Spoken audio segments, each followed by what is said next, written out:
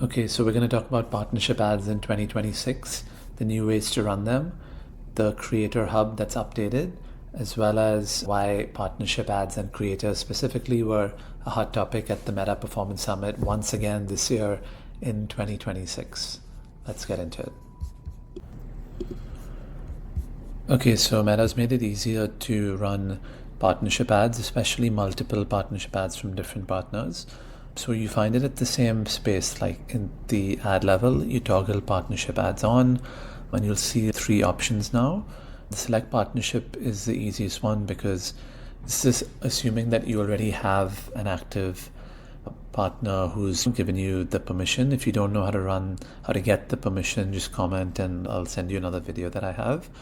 But this is assuming you already have the active partnership tag going, then select partnership. Then basically all the ad partners will show up here, followed by like the ad account that it's connected to.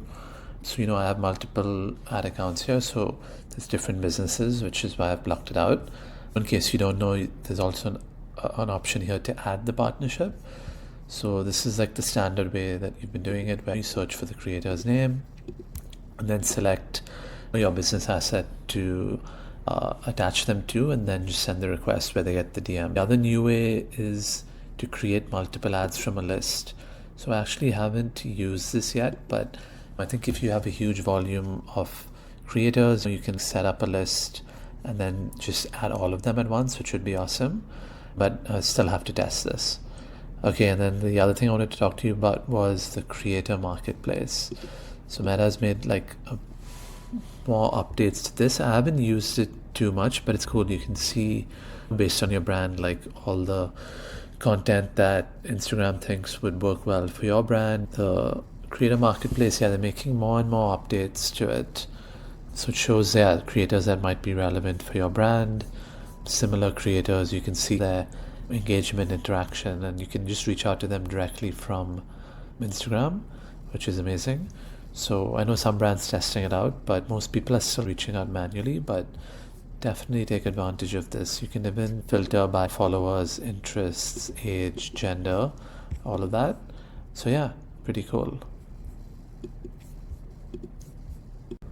So the way I would set up the partnership ads, it really depends on your budget and the number of creators you have and the number of assets. If you have a low budget, like 100 to or under 500 a day to spend, I'd probably consolidate all the partnership ads into one ad set or one campaign. But if you have more, if you have a few $1,000s and you have multiple creators that are different personas, different angles, different SKUs, then I would break them up into their own ad set. Just group it by creator or by SKU, because you can actually get like additional reach, better click-through rates.